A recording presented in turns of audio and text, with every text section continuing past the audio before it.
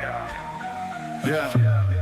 I'm the business bishop, on a mission so divine. Coaching up the kingdom, watch your glory start to shine. Step into your purpose, let ambition be your guide. Grow your greatness high with faith right by your side. In the marketplace, calling, hear the angels sing. You cannot lose when faith meets the grind. Stand up, take action, leave the fear behind. With a vision so strong, there's no way you fail. The kingdom is your canvas, let your spirit sail.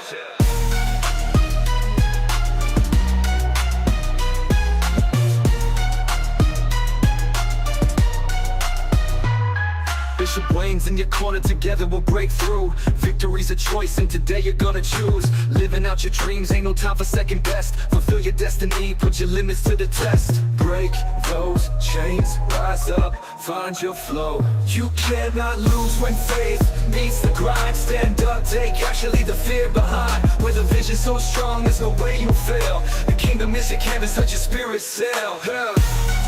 In the marketplace, call it. In the marketplace, call it. In your corner, together we'll break through. Victory's a choice, and today you're gonna choose. Living out your dreams, ain't no time for second best. Fulfill your destiny, put your limits to the test. Break those chains, rise up, find your flow. Find your flow. You cannot lose when faith meets the grind. Stand up, take action, leave the fear behind. With a vision so strong, there's no way you fail. The kingdom is your canvas, let your spirit sail. Rise up, business bishop, let your victory roar. Coaching for the kingdom, you're destined for more. Rise up, business bishop, let your victory roar. Coaching for the kingdom, you're destined for more.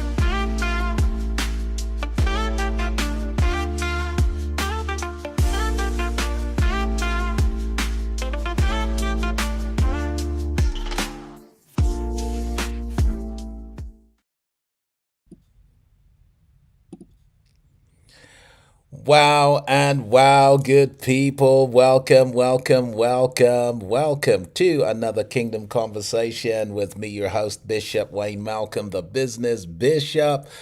And I am always excited and delighted to be a part of your life and legacy through this ministry. Those of you that are joining us live, I celebrate, salute, honor, and congratulate you, everyone that's catching the replays.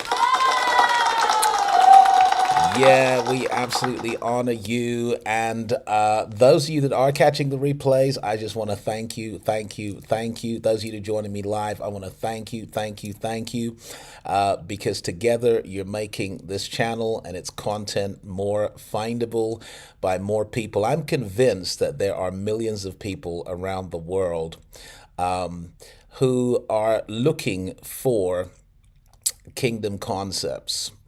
Who are discovering the principles of the kingdom of God, and it has added a dimension of enthusiasm and energy and optimism. It's added a sense of purpose and destiny. And of course, I think they're looking. Now, we can help them to find this channel and our content in several ways. Number one, subscribe to the channel. Number two, like the post, hit the like button. Number three, leave a comment under the post. And of course, share this with your family, friends, neighbors, and networks. And if you're joining me live, you know what to do with the chat box. Utilize the chat box as your virtual voice and send up testimonies. You can shout your amens. You can utilize emojis. Any emoji that expresses your emotion, please go ahead and let's make this as live and interactive as possible. I really do honor you and salute you. The channel is growing, the view numbers are growing, and that is literally thanks to you. You have encouraged me. You're letting me know that we're in the right place at the right time with the right message for the right people. And so I'm excited, and because of you, I continue. And look, this month we've been in a very, very epic series on the principles of the parables, or the principle of the parables, in which we have been looking at the way that God reveals and shares secrets with his intended audience while concealing them from the unintended audience. So that's fundamentally what a parable is. It's a cryptic story designed to reveal secrets to an intended audience whilst concealing them from the unintended audience. So the unintended audience is going to look at the story, derive a few morals of the story, and then just walk on by. But the intended audience is going to know that embedded, encoded, encrypted in the story are secrets and strategies and systems and principles and patterns and blueprints and templates that are going to give us an advantage in life and certainly in the marketplace. And so I'm excited about this particular series. It's somewhat of a magnificent obsession for me. And it has been many years since I've been reading the Bible through this particular lens, looking for the secrets, looking for the strategies, looking for the systems, looking for the principles and the patterns and the promises, looking for the blueprints and the templates that will give us that ultimate advantage of a partnership with God. So I'm excited for each and every one of you that's joining us in this series. And of course, we're coming to the close of it. I think there's only 2 more left. But we did something last week or in the last session that was pretty epic. We looked at the economic parables. We looked specifically at the end time parables. And I'm going to take us outside of the New Testament parables today to take us back to an Old Testament story that, again, I believe is an encrypted story designed to reveal secrets to an intended audience. And if you are that intended audience, why don't you just go ahead and let us know? Just say, I am the intended audience. Put that in the chat box. All right, if you're ready, I'm ready. Let's dive in. This is the Economic Parables Part 2. So in Part 1, we were looking at the end time parables in Matthew 25, looking at the parable of the virgins, the bridesmaids, the talents, and the sheep and the goats. We noticed that in each of the parables, there was an opportunity, and yet for different groups, there were different outcomes. There were 2 groups with one opportunity, and, the wise, the profitable, and the blessed experienced promotion, prosperity, protection, new levels, whereas the fools, the unprofitable, and the cursed, well, they were excluded and they fell backwards. So we made a decision last week that we are going to be among the wise, we're going to be among the profitable, and we're going to be among the blessed. Today, I'm going to take it to another level with Part 2 of the Economic Parables. All right. And I'm going to kick off with some context for the concept. I'm going to challenge you not to sell your sons. I'm going to talk about the pit to the pinnacle, and then I'm going to give several principles. So let's kind of dive in right now, because the specific story that we are looking at is found in 2 Kings chapter 4, verses 1 through 7. 2 Kings 4, verses 1 through 7, one of my favorite Old Testament stories. And if it's one of your favorite stories, you can say so in the chat box or in the comments after the post. But here it goes. Now the wife of one of the sons of the prophets cried to Elisha, "Your servant, my husband, is dead, and you know that your servant feared the Lord. but the creditor has come to take my 2 children and to be his slaves. And Elisha said unto her, What shall I do for you? Tell me, what have you in the house? And she said, Your servant has nothing in the house except a jar of oil. Then he said, Go outside, borrow vessels from all your neighbors, empty vessels, and not too few. Then go in and shut the door behind yourself and your sons, and pour into all these vessels. And when one is full, set it aside. So she went from him and shut the door behind herself and her sons. And as she poured, they brought the vessels to her. When the vessels were full, she said to her son, Bring me another vessel. And he said to her, There is not another. Then the oil stopped flowing. She came and told the man of God, and he said, Go sell the oil and pay your debts, and you and your sons can live on the rest. Wow and wow. What a powerful reading. What a powerful reading. So, to give context for the concept that we're going to reveal tonight, this lesson is all about a financial turnaround, And it examines the story of a woman who went from the pit of poverty to the pinnacle of prosperity in 7 steps. Yep, I said it, in 7 steps. She went from the pit of poverty to the pinnacle of prosperity in 7 steps. And I'm wondering if there's anyone under the hearing of my voice that would like to transition with lightning speed from poverty to prosperity, or you know someone that could benefit from a lesson on how to move from the pit of poverty to the pinnacle of prosperity in 7 steps, then I want you to light up the chat box and let me know that it's either you or you know someone that would benefit from this. And if you know them and you've got their number, why don't you challenge them right now to come in and join? So the story is encrypted with secrets and strategies for financial deliverance.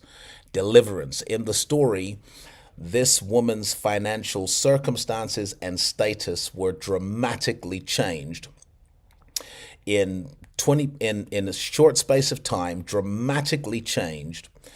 And so this story has a lot to do with financial deliverance. And it's encrypted, it's encoded with secrets and strategies for financial deliverance. So first thing I want you to notice is that financial deliverance may start with a prayer. It may start with a prayer, okay? So first thing the woman did is she went to Elisha and she cried to Elisha, okay? So that was effectively her prayer. So financial deliverance may start with a prayer, but it always ends with a plan, because God answers prayers with a plan. My word, that is actually worth a glockenspiel.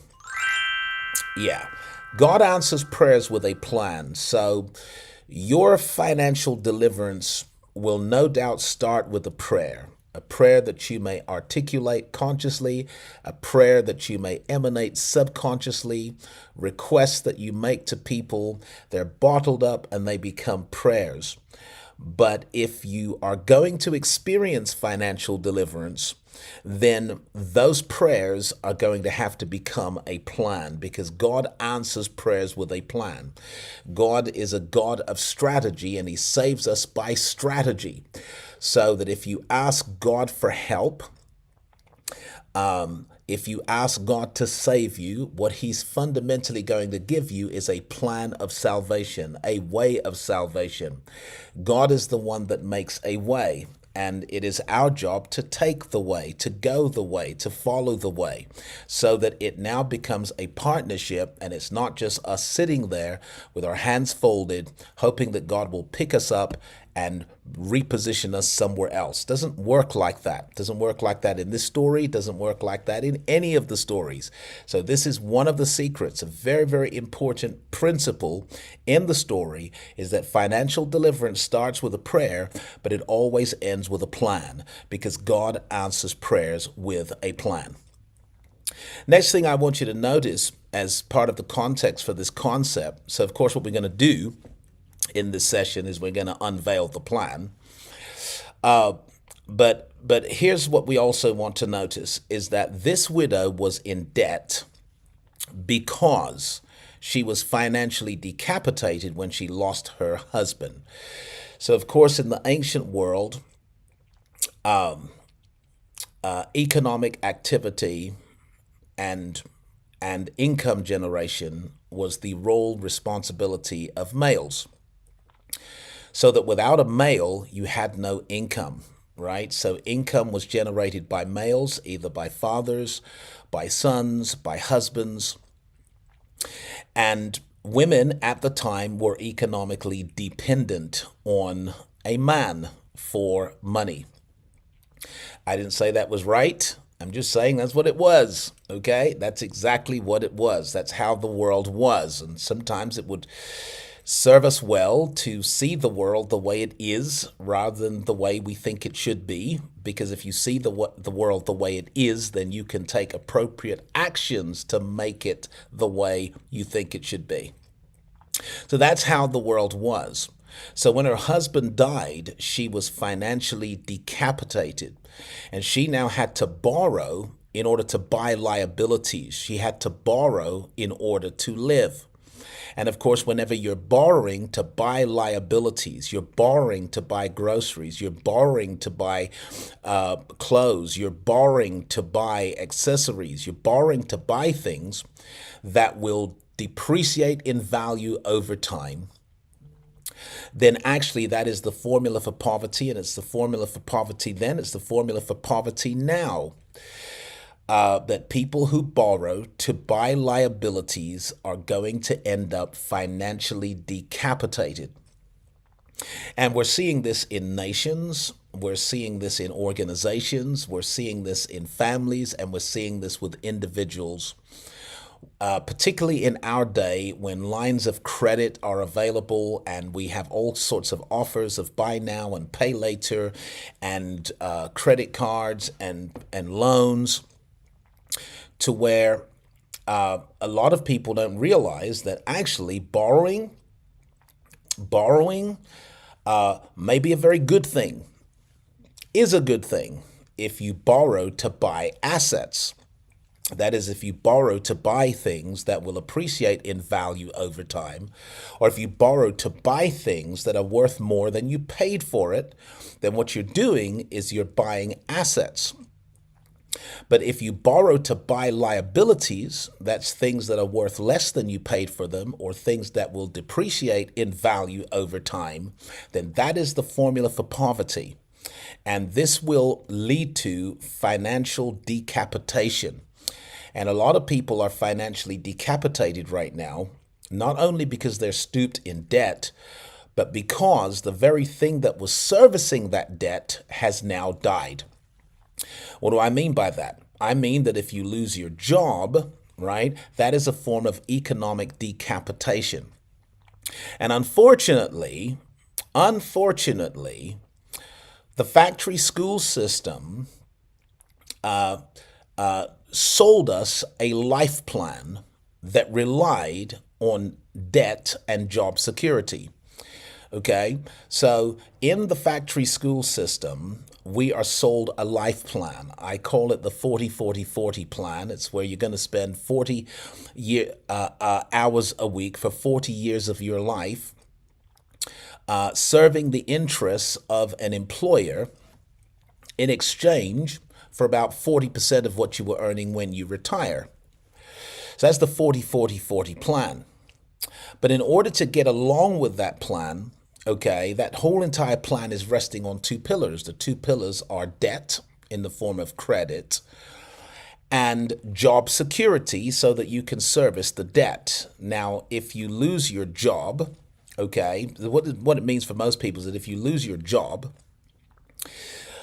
you also lose the house, you lose the car, you lose the accessories, you lose the furniture, you lose all the other things because it's the job that's servicing the debt.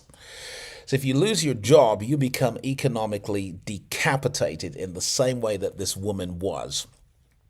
And so, what I'm going to give to you today is a plan, okay? And it's a spiritual plan, it's a kingdom plan, it's a biblical plan, it's a biblical blueprint, it's a template for exactly how you can experience financial turnaround or financial deliverance when you're in the pit of poverty or the worst condition.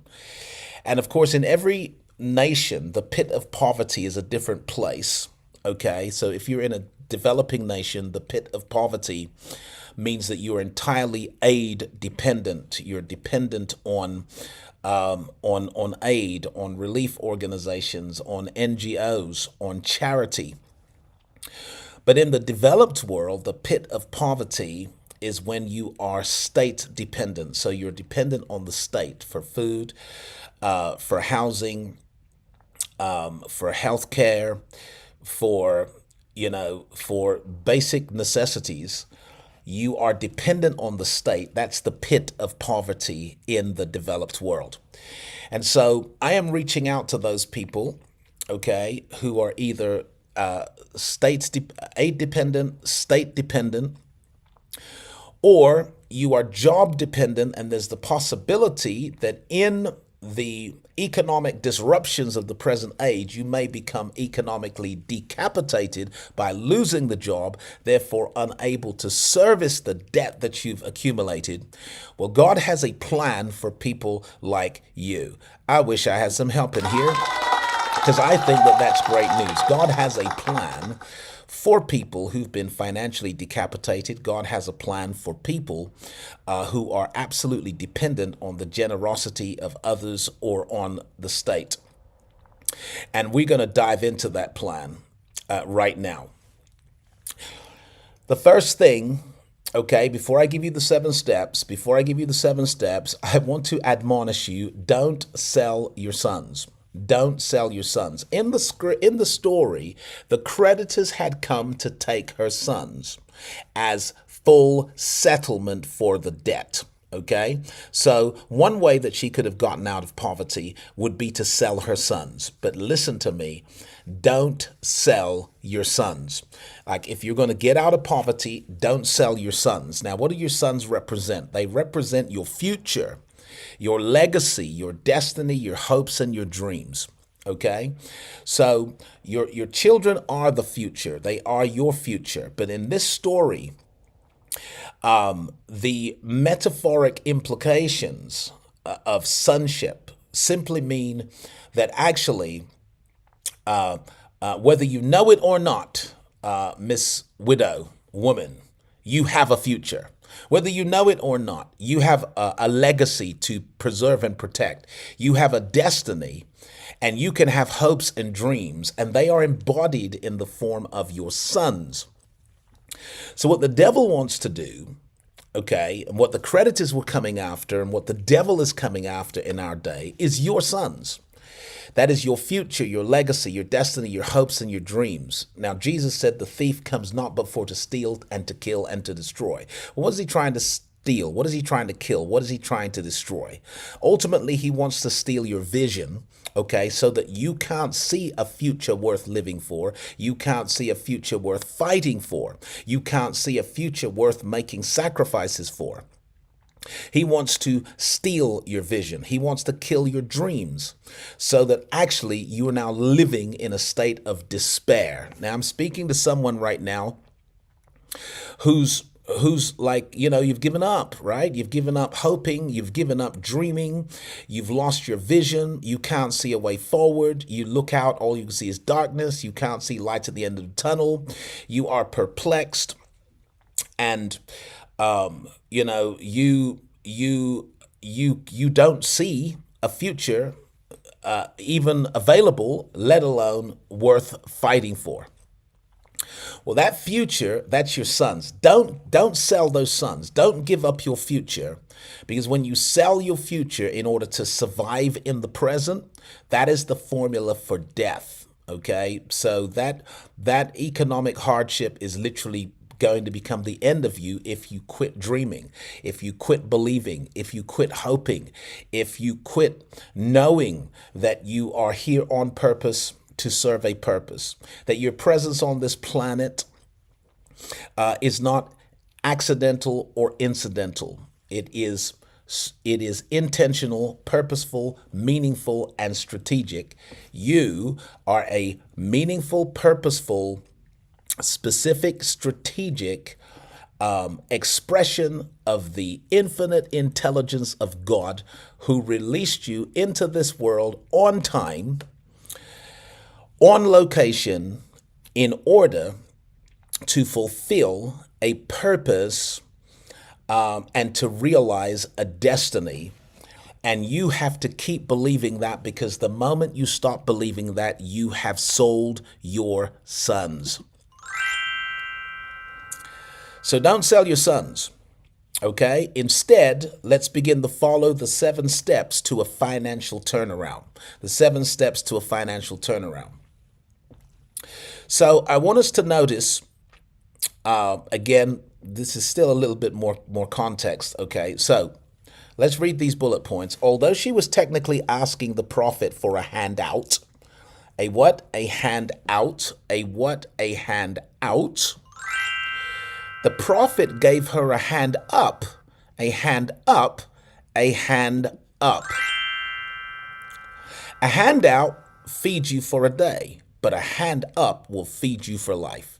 You've heard the saying that if you give a man a fish, you'll feed him for a day. But if you teach him how to fish, you will feed him for life.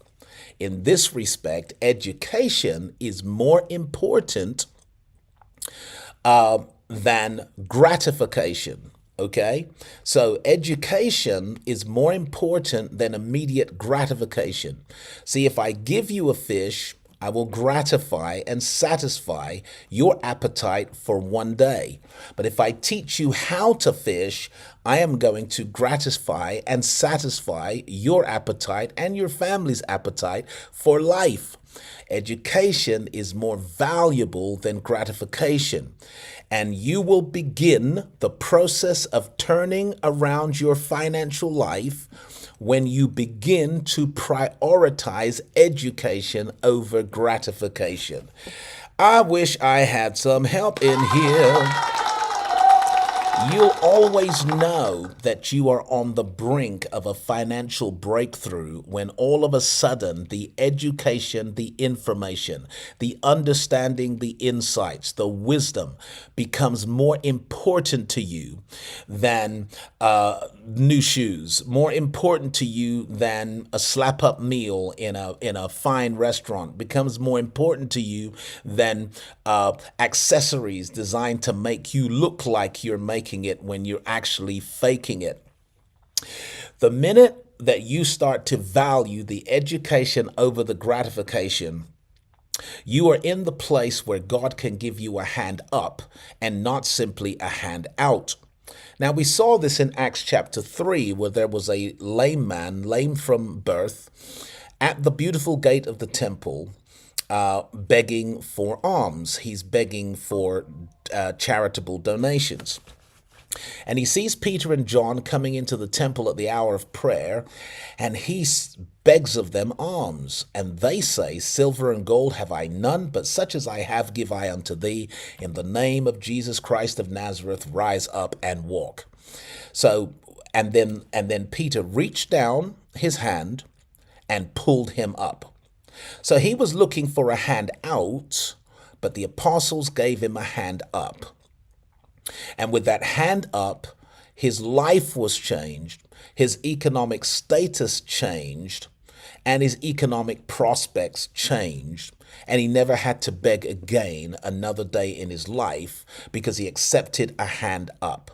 Now, I said that to say this, that God's plan is always going to be a plan to give you a hand up, to make your success sustainable and to change your economic status and prospects for the rest of your life. His plan is never going to be to feed you for a day so that you have to come back tomorrow and beg again, so that you have to come back the next day and beg again. Wow and wow. Stop asking God for handouts. Instead, grab hold of the hand that's pulling you up. I wish I had some help in here. Stop asking for handouts. Stop begging for handouts and instead grab hold of the hand that's pulling you up. You might not know it, but right now there is a hand that's trying to pull you up. You need to grab hold of it and hold on to it tightly because it's going to change your financial destiny if you will let it. Make the transition from being an economic dependent to standing on your own 2 feet as an independent. Now, the hand up involved a 7-point plan that still works today. Are you ready for the 7-point plan? Shout your amen in the chat box. Because if you are ready for the 7-point plan, then that 7-point plan is about to appear. Yes, I'm having fun with my sound effects, so here goes. So step 1 in the 7-point plan is to stop looking outside for answers and instead begin to look inside for answers. Look within. You'll remember Jesus saying that the kingdom of God is within you. The kingdom of God is within you. And so if we're supposed to seek first the kingdom, then we're going to have to look in. If we don't look in, if we don't look within, then we're going to have to go without. Okay, this woman was going to go without if she didn't first look within. So look within. So let's read this, 2 Kings 4, verse 2. And Elisha said to her, "What shall I do for you?" That's his way of saying, stop looking out. Tell me what you have in the house. In other words, start looking in. Conduct a personal audit and assessment on what it is you already have in the house. Why? Because something you already have from God is the key to everything else God has promised you. I want that statement to sit with you. I want it to land with you because it is a game-changing revelation when you realize that God has not left you without and that he has planted in every person the seeds of their own economic redemption. He has not left you without a seed. He has not left you without a key. He has not left you without an opportunity. And something you already have from God is the key to everything else that God has promised you. So stop looking out and start looking in. What do I have in the house? This will bring you to step number 2, which is the law, the principle of recognition. The principle of recognition, it means recognizing the seed potential of the things you already possess. Okay? So in that same verse, she said, your servant has nothing in the house except a jar of oil. Your servant has nothing in the house except a jar of oil. Now, honestly, if I was that jar of oil, I'd have been offended by that, right? I would have been offended because I'd have said, look, everything left you except me, your jar of oil. And instead of focusing on what left, begin to focus on what stayed. That jar of oil was all she could find in the house. Therefore, it was the key to everything else that God had promised her, in her spirit. So I've said here that we take for granted the things that we know or are familiar with, okay? So this pot of oil was overlooked. It was undermined. It was unappreciated. It was under-recognized. It was not utilized. It was taken for granted. She couldn't even see it, right? It's there, but it's just part of the furniture. It has no value. And what happens when we become familiar with something in our lives is that we take it for granted and fail to realize that what we're taking for granted, someone else may find it extremely valuable. What we know and therefore take for granted and assume everyone knows, there are people out here who don't know and would dearly love to know, and they would value that knowledge. It may be a skill that you have that, again, you've taken for granted, you've overlooked it, not realizing that there are other people who don't have that skill and they don't have the time to learn the skill, but they do have the money to pay someone who does have the skill.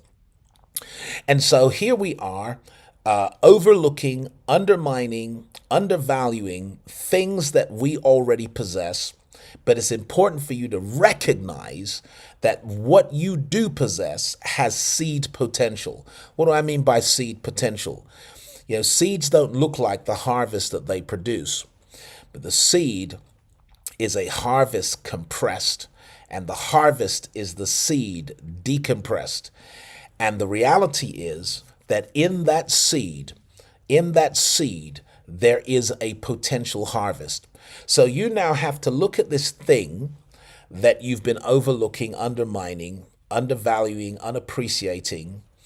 You need to look at this thing, whether it's some knowledge and expertise that you have, whether it's a skill set that you have.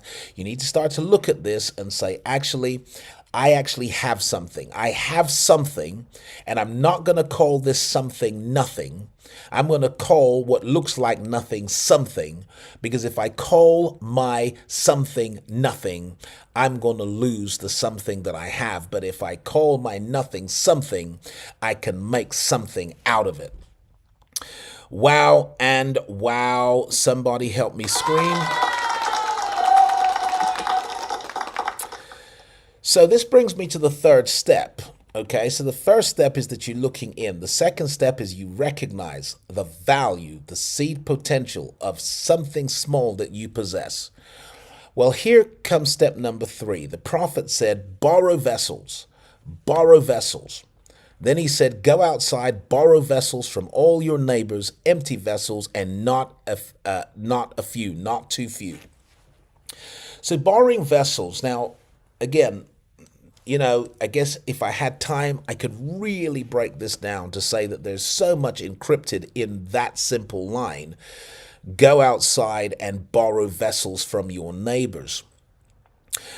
Because what that implies is that this woman still had some relational currency. And typically people who are in debt have lost their relational currency because they've begged everyone for handouts. They've begged everyone for money. And when you see them coming, you know that they're coming with a request. When you see their name come up in your phone, you know that they're calling because they want something. And so when a person is operating like a beggar, they typically lose their relational currency. But this woman, even in her poverty, operated with integrity. Even in her poverty, she operated, with a certain integrity that allowed her to maintain her relational currency.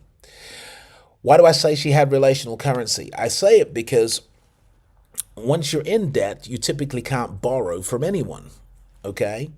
But this woman had neighbors that knew her, neighbors that understood the circumstances that had befallen her, neighbors that understood that she had been economically decapitated by the sudden death of her husband with 2 small children.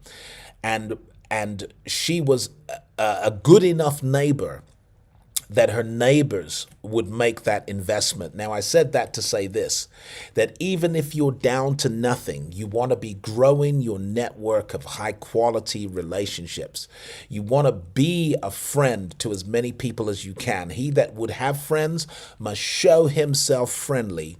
And you want to be building your relational currency because your net worth is going to reflect the size and quality of your network. That's one of the principles here. But I want you to notice what the prophet said. He said, borrow vessels. Now, what are vessels? Vessels are containers. Vessels are containers. And he says, I want you to get multiple containers. Multiple what? Multiple containers. Somebody say that with me.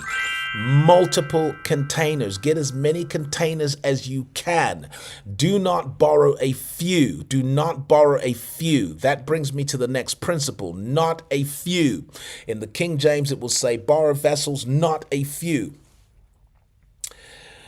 because because in step 4, you're only going to be limited by the size of your imagination and by the number of your containers.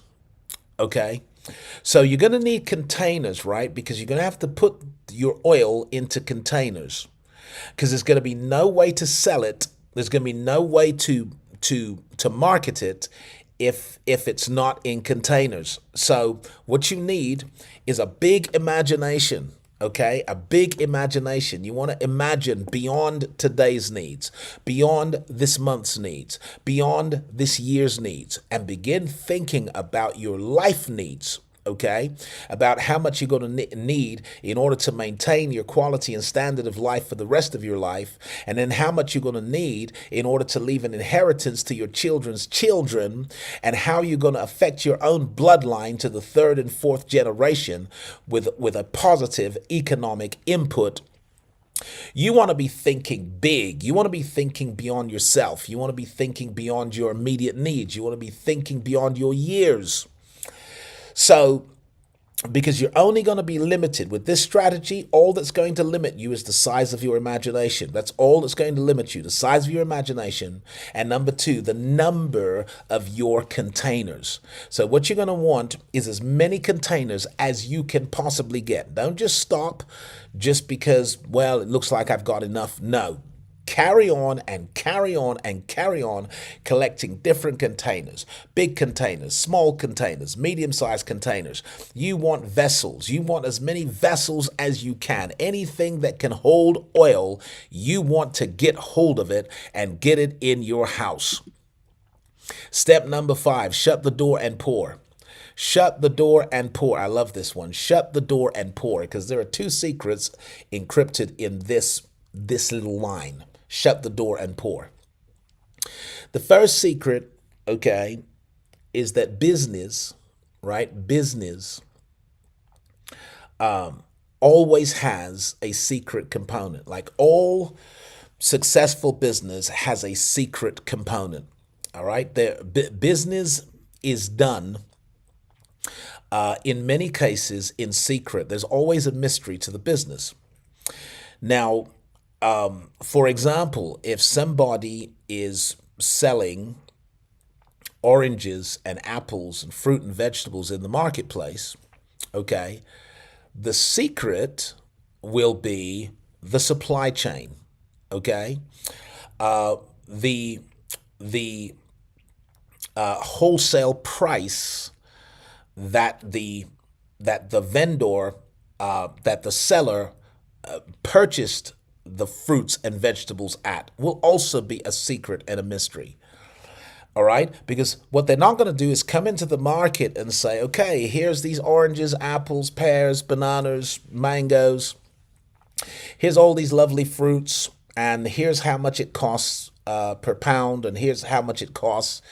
But by the way, I actually buy it from a farm down the road, and I buy it at about 50% cheaper than I'm selling it to you right now. Okay?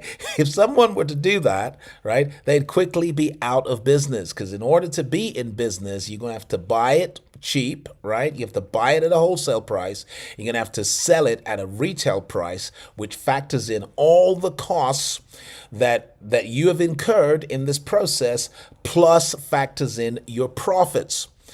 Now, it's very, very important that there's a secret to that. So the prophet says, look, go in and shut the door. Shut the door. Okay, so nobody's going to know this is miracle oil. No one's going to see the miracle of how the oil was manufactured. It's going to be mysterious. Okay, so shut the door behind you and then pour. So what does this mean? It means put your content into containers. Put your content into containers. Okay, so what does this mean? It means, and actually we're going to break this down in a future slide.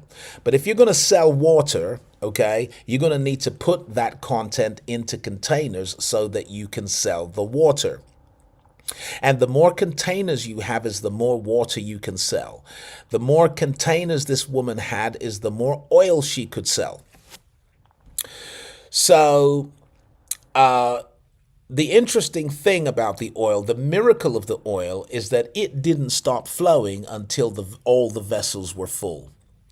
And that means that this little bottle of oil that she had the potential to fill every vessel in the world. But she had a limit, and she had a limit. Perhaps it was the size of her network, the number of her neighbors. Perhaps it was the size of her imagination, but this was her limit, and that determined her financial ceiling. So there's a mystery in the oil, and I want to unpack that right now. Because what your oil represents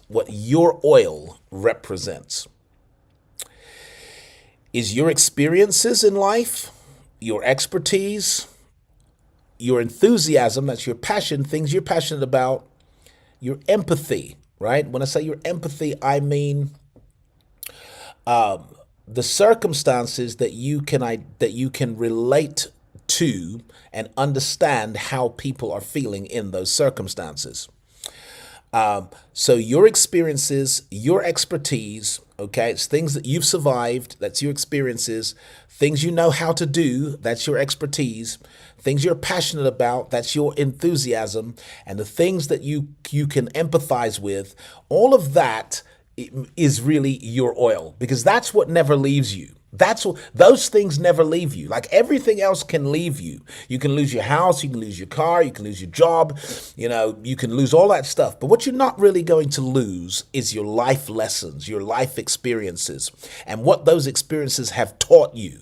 And what you're not going to lose is your ability to identify with a certain group of people, not everyone, but with a certain group of people. So this is really your oil. It represents your life lessons and your personal proverbs. What I mean by your life lessons, I mean that God designed and ordained that life would teach you a particular set of lessons. Those lessons can become a lifeline to others who are still struggling with things that you've survived, or who are still blocked by a barrier that you've already broken through. And that's why God ordained that life would teach you these particular lessons. Your lessons are different to my lessons, and my lessons are different to your lessons. But when I look at my life lessons, I have learned some things, and I've learned them not just by study, but I've learned them by experience. I've learned how to cope with them. I've learned how to manage them. I've learned how to get beyond them, through them. I've learned some things. Okay, life has taught me these things. Now, it doesn't matter what things I lose in life. I'm not going to lose that, because that's my bottle of oil. That's my pot of oil.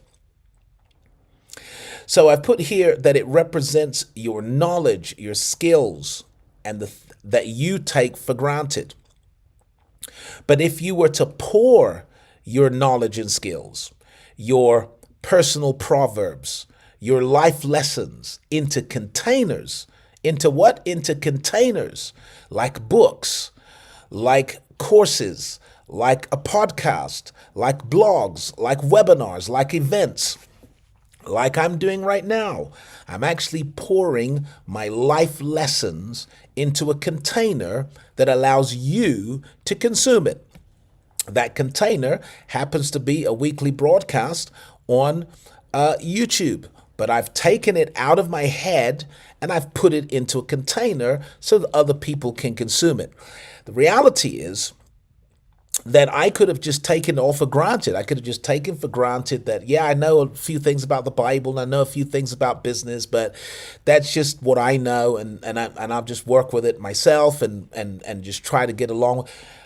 I could have done that until God said to me, no. That wisdom that you have, okay, is oil, and it is extremely valuable to people that don't know it, and people who don't have it, and people who need it, people who want it. He began to show me there are millions of people that would benefit seriously from my oil, that would value my oil. And if I put it into the right containers, they might even pay for my oil.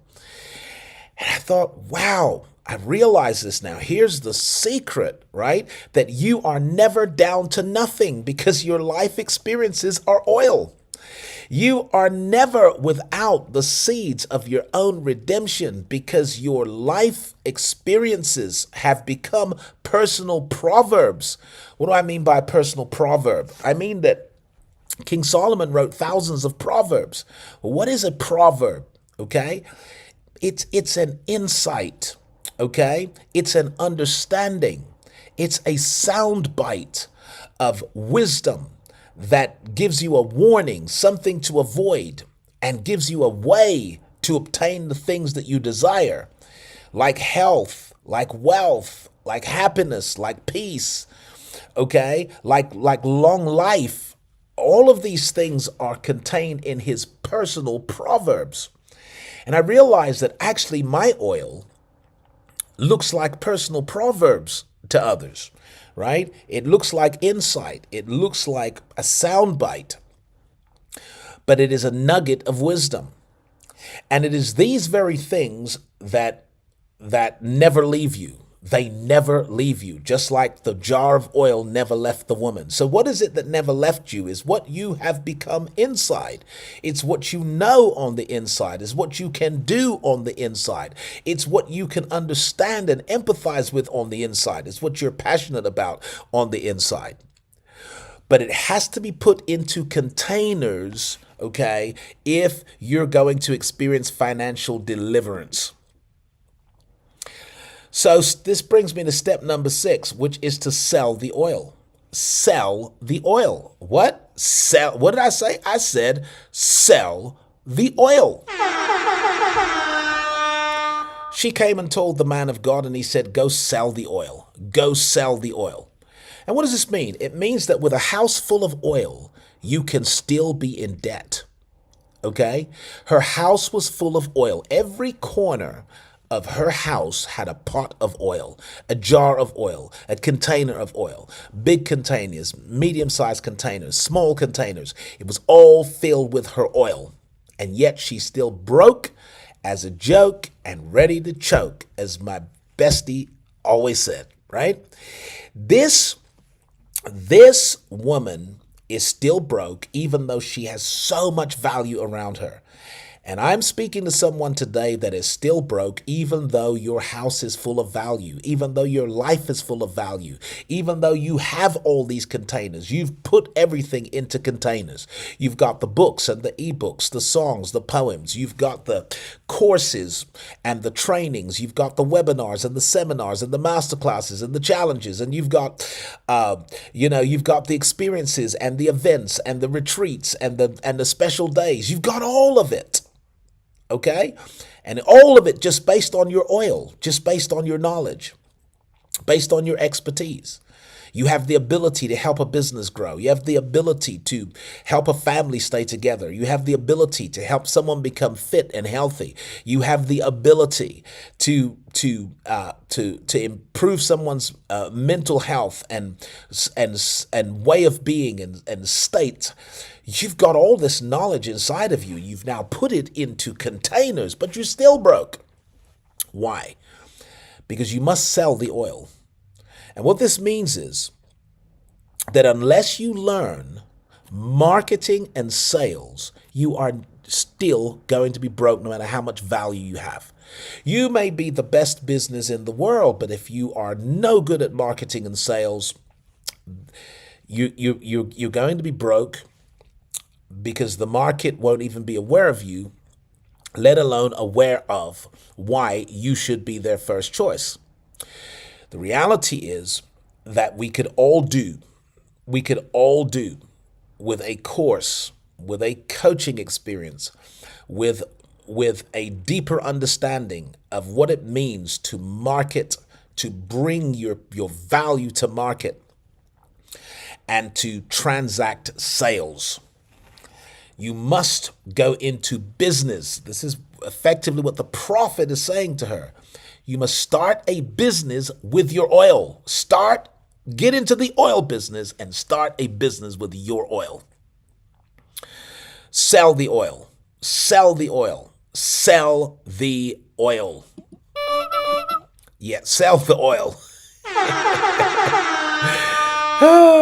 Which brings me to step number 7, the final step. Financial disciplines. Financial disciplines. So let's read it. She came and told the man of God, and he said, go sell the oil and pay your debts, and you and your sons can live off the rest. He didn't say go sell the oil and buy a new car. He didn't say go sell the oil and buy a new house. He didn't say go sell the oil and buy new clothes. He didn't say sell the oil and buy expensive accessories. He didn't say sell the oil and go on a luxurious all-inclusive holiday. He said sell the oil and pay your debt. So that means he was encouraging financial discipline. He was effectively saying, look, if you don't deal with the debt issue now, okay, the debt issue is going to plague you for the rest of your life. So you want to break the curse and the cycle of debt, and you want to do that first. You want to get all negative debt out of your life. What do I mean by negative debt? I mean where you are paying for things that don't even exist anymore because you've eaten them. You're still paying for things that don't even work anymore. You're still paying for things that are not worth what you paid for them. Your money is leaving your life. Money's just leaving your life. No matter how much you make, it's like putting it into a bag with holes because it's just leaving your life because you've purchased so many liabilities that you still owe on, and they're not making any money for you. You want to break that cycle. You want to practice some financial discipline that says, look, if I'm going to borrow, I'm only ever going to borrow to buy assets. I'm going to borrow to buy assets. What's an asset? It's anything that's worth more than I paid for it. Anything I could sell tomorrow for more than I paid for it, or anything that appreciates in value over time. Now, that could be company stocks. It could be government bonds. It could be works of art, right? There are so many. It could be real estate. There are so many investments, okay, that will appreciate in value over time. And if you borrow to buy assets, that's good debt. That's good debt. It's just smart business is what it is. Smart business. But you want to break the cycle of negative debt to where money's just leaving your life and you're still paying for things that have lost their value or have already been used.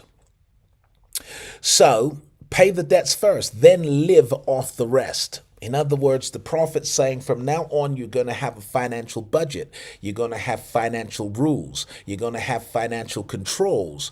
You are going to have financial priorities. From now on, life is going to be very different for you financially, because from now on, you are going to operate with financial intelligence. You're going to become financially literate. You're going to become commercially sophisticated. You are going to become a master when it comes to money, because you're going to pay your debts. You're going to break the cycle of negative debt. And then you're going to live on the rest, because the rest is your profits. And if you want a new car from your profits, help yourself. If you want a new house from your profits, help yourself. If you want new clothes and accessories from your profits, help yourself. But don't do it from your budget. Don't do it from the cost of your living. And don't do it until you are out of the debt cycle. This is a 7-step plan for financial turnaround. This is a 7-step plan that will take you from the pit of poverty to the pinnacle of prosperity. Ask me, how do I know? I know. I knows it not just from reading it. I know it from doing it. And I know it from the hundreds of people I have helped to do it. It really is the basis for my business consultancy. Is I help people to identify and value their oil, to put it into containers and sell it. Yep, selling your oil. That's exciting. So if you want to know more about this stuff, then you need to be non-negotiably a part of the Success Streams Masterclass. non-negotiably a part of the Success Streams Masterclass. It's early next month, November. The link to the website is in the description beneath this video. You can go to our smart URL. You can see all of the different offers and things that we have available there. I want you to go to the Success Streams Masterclass and have a look at that masterclass. It is by far the best masterclass I have ever done. It is so impactful, it is so insightful, it is so spiritual, and it is so practical in terms of exactly how you go from where you are to where you really want to be. And I know where you want to be. I know the freedoms that we want, that we were designed to enjoy. I know the abundant life that we were designed to enjoy, but there's actually only one way to get there. Well, of course, I guess you can get there by sweat equity, but you'll be exhausted when you get there. I'm going to show you the Bible way to get there. I'm going to share with you some encrypted secrets that are absolutely mind-blowing, and the best practice in business today backs up everything I'm going to say in this masterclass. So don't miss it. Don't miss it. Don't miss it for anything in the world. Also, those of you that are hungry, starting this Wednesday, I'm going to be with the Genius Coach Cal, and we're going to be looking at the Kingdom Genius Challenge. And he's running a super special offer because it's his first challenge. And general admission is $1. That's right. You heard me say it. General admission is $1. So look, if you want to understand the role that spiritual intelligence plays in business success, you need to be part of this challenge. Coach Cal is a man that I highly respect. I think he's phenomenal in his understanding of how to locate and activate the God gene that is inside each of us, which is what makes us genius. So before you go, please watch these ads and take the appropriate action. Peace out and shalom. Attention God's entrepreneurs. Did you know that there is a success system deeply hidden and encoded in the stories of the Bible? The system works 100% of the time for people who work it, even if they work it unconsciously or not realizing its spiritual roots. Join the Business Bishop for a masterclass in God's success system and discover how to turn your opportunities into outcomes, your ideas into incomes, and your passion into profits. The Success Streams Masterclass includes step-by-step training on the system and comes with additional bonus courses by the Business Bishop.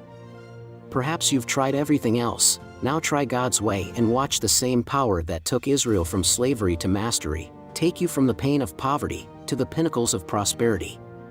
Are you ready? Click the link in the description to find out more or to secure your seat. Hey there, entrepreneurs! If you enjoy the teachings of Bishop Wayne Malcolm, I've got something amazing for you. Introducing the New Breed Community, an exclusive online platform for kingdom-conscious entrepreneurs, professionals, investors, and creators. This isn't just a community, it's a movement where we discuss and explore kingdom concepts. Here, kingdom-minded people connect, share, learn, and grow together. Inside, you'll find exclusive content from Bishop Wayne Malcolm, including special sessions just for members. And the best part? It's free to join. The New Breed Community sits on the Heartbeat platform, where Bishop Wayne Malcolm is excited to meet you online. Join us for weekly Q&A sessions with Bishop Wayne and get exclusive insights that can transform your life. Love to read?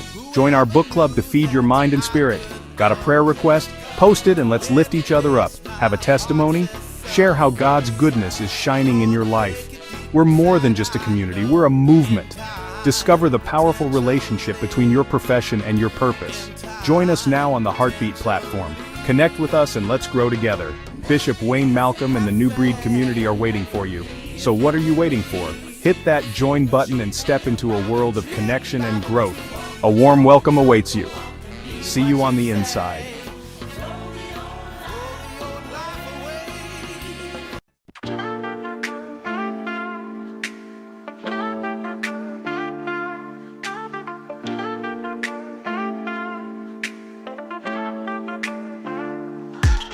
Yo, it's time to rise, wake up from your sleep.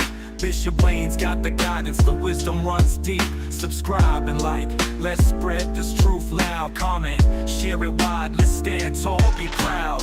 Kingdom coaching, we got the plan. Success principles, grab a hold and take a stand. Subscribe, like, comment and share. Bishop Wayne's teaching, we're climbing the stair. In the kingdom of hopes, together we'll thrive. With biblical truths, we'll keep dreams alive.